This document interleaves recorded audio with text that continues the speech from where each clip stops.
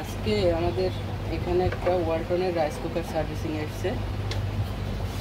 প্রথমত দেখব আমরা এটার প্রবলেমটা কী। সর্বপ্রথম যেটা করব, আমরা এর কেবলটা চেক করে নেব, কেবলটা ঠিক আছে কি না।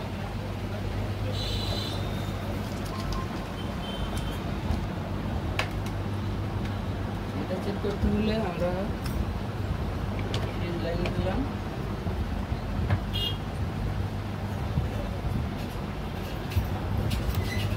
একটা পোর্শন ঠিক আছে, আমাদের গ্রাউন্ড পিনটা ঠিক আছে,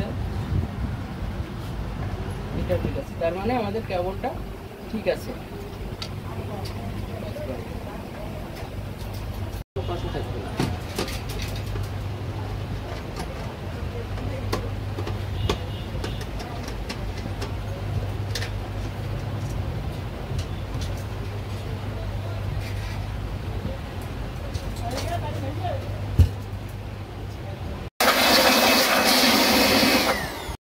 এই হলো আমাদের রাইস কুকারের ভিতরের অবস্থা। মোটামুটি প্রথমে আমরা যেটা করব, এটার বডি চেক দিব যে এটার বডিতে কোনো কারেন্ট চলে আসছে কিনা, বডি লাইন হয়ে আছে। সার্ভিসিং কাজের বা ইলেকট্রিক্যাল বা ইলেকট্রনিক্স কাজের প্রথম কাজ হচ্ছে সেফটি মেনটেন করা। আমরা দেখব বডিতে লাইন আসছে না, আমাদের বডি লাইন নেই। এখন আমরা দেখব রাইস কুকারটা যে চলছে না, কেন চলছে না। আমরা প্রথমে যেটা চেক দিব সেটা হচ্ছে এর ফিউজ। আমরা দেখতে পাচ্ছি এই যে এখানে আমাদের একটা ফিউজ আছে, এই ফিউজটা চেক দেবো, দেখবো যে আমাদের ফিউজটা ঠিক আছে কি না। আচ্ছা, সেই জন্য আমরা দেখছি আমাদের ফিউজটা ঠিক আছে। আচ্ছা, ফিউজ যেহেতু ঠিক আছে, এবার চলে যাব আমাদের আসলে মূলত কয়েলটা ঠিক আছে কিনা। তার আগে দেখব কয়েল থেকে বডি হয়ে যাচ্ছে কিনা। না, কয়েল থেকে বডি নেই, কয়েলটা ঠিক আছে কিনা চেক করে নেব। এই যে আমরা দেখছি আমাদের কয়েলটা ঠিক আছে, ফিউজ ঠিক আছে, কয়েল ঠিক আছে। তাহলে নেক্সটে আমরা চলে যাব আমাদের এই যে দেখো, একটু খেয়াল করো, আমাদের এখান থেকে সকেট থেকে লাইনটা একটা ডিরেক্ট আমাদের কয়েলের একটা টার্মিনালে চলে গেছে, আরেকটা এখান থেকে এসে এই সুইচ হয়ে এখানে একটা থার্মাল সেন্সর আছে, যেটা ওভারহিট হয়ে গেলে এটা বন্ধ হয়ে যায়, লাইনটা ডিসকানেক্ট করে দেয়, যে কারণে কয়েলটা সুরক্ষিত থাকে। আবার যখন হিটটা সঠিক পর্যায়ে আসে, একটু কমে আসে, তখন আবার এটা কানেকশন দিয়ে দেয় এবং আবার হিট হতে থাকে।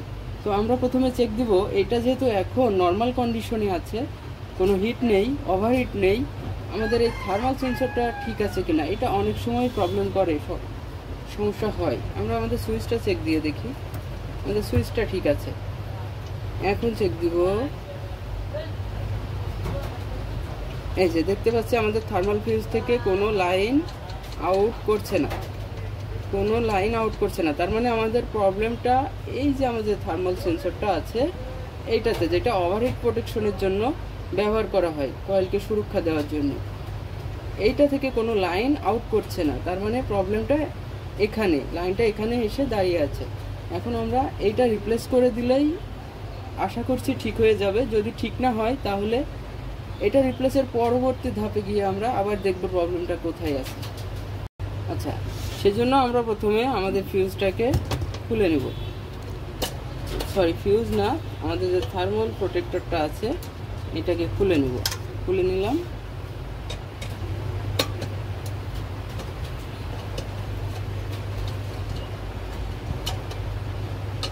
দিয়ে দেখি আমাদের এটা কি অবস্থায়। এই যে কোনো লাইন নাই, নর্মাল কন্ডিশনে এইটা ডিসকানেক্ট হয়ে আছে, কোনো লাইন বাইপাস করছে না।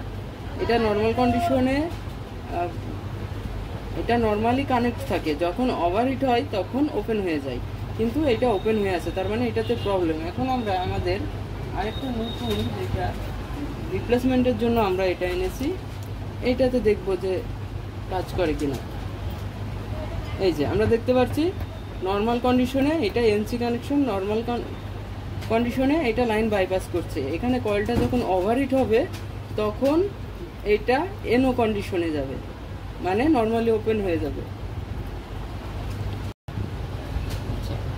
আমরা এটাকে থার্মাল পেস্ট ব্যবহার করব এখানে, না হলে কয়েলের হিটটা এটাতে প্রপারলি আসবে না এবং প্রপারলি এটা হিটটা সেন্স করতে পারবে না। সেই জন্য আমরা এখানে আমাদের এটা বলে রাখি তোমাদেরকে, আমরা যদি এটা নাও দিই, লাইনটা যদি বাইপাস করে দিই, তবুও রাইস কুকার চলবে। কিন্তু প্রবলেমটা কি হবে, যদি ওভারহিট হয়, সেক্ষেত্রে কয়েলটা নষ্ট হয়ে যাওয়া, বেঁকে যাওয়া, এই ধরনের প্রবলেম হতে পারে। এই জিনিসটা থাকলে ওভারহিট হবে না। ওভারহিট যখনই হবে তখন এনো কন্ডিশনে চলে যাবে এবং কয়েলটাকে সুরক্ষা দিবে। আমরা পেস্ট লাগিয়ে নিলাম, এখন এইটা আমরা ইনস্টল করব।